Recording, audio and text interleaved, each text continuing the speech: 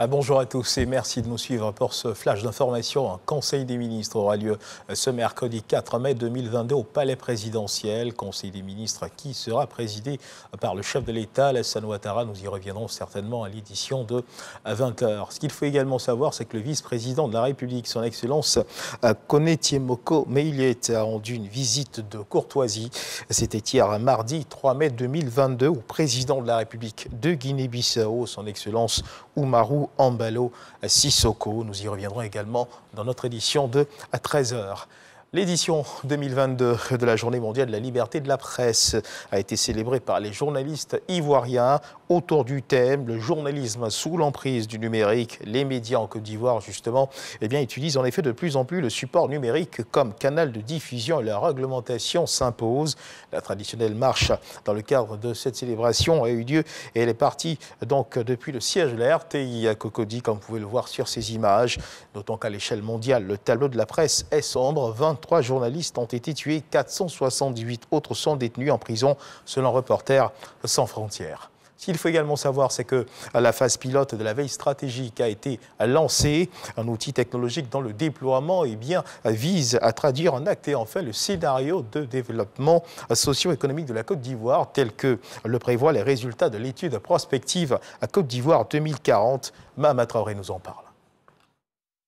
Ce lot d'équipements informatiques est destiné à l'opérationnalisation de la phase pilote du mécanisme institutionnel de veille stratégique. Il est remis aux points focaux de 20 ministères et institutions de la République désignés pour cette étape expérimentale. À charge pour eux d'animer le mécanisme institutionnel de veille stratégique par la collecte et le partage de données.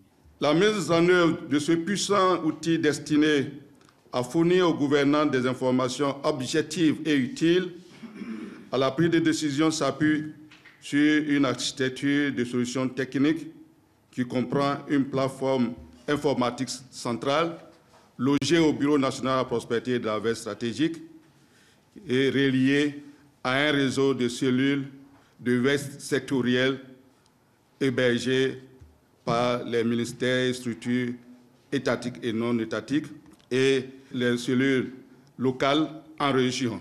Le mécanisme institutionnel de veille stratégique constitue l'innovation majeure de l'étude nationale prospective Côte d'Ivoire 2040. Son déploiement vise à mettre en œuvre la conclusion de la dite étude réalisée en 2015. Le gouvernement, de manière particulière, attend beaucoup de cet outil d'aide à la décision qu'est le mécanisme institutionnel de veille stratégique.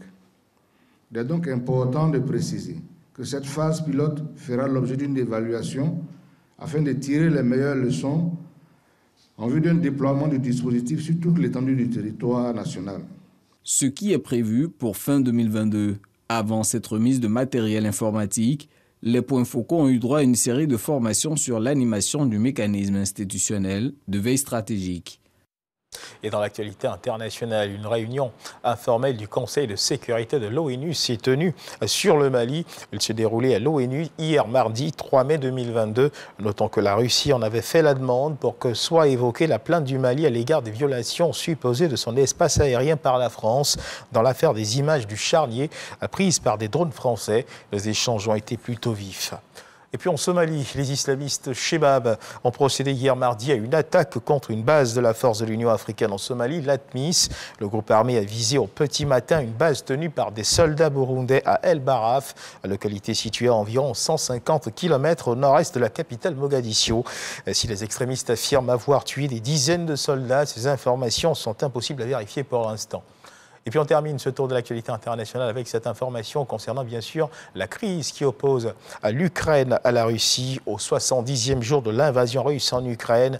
Ce mercredi, l'Union européenne propose la mise en place d'un embargo sur le pétrole russe dont la Hongrie et la Slovaquie seraient exemptées pendant que l'armée russe et les séparatistes pro-russes poursuivent leur offensive sur l'usine d'Azovstal dans le Donbass.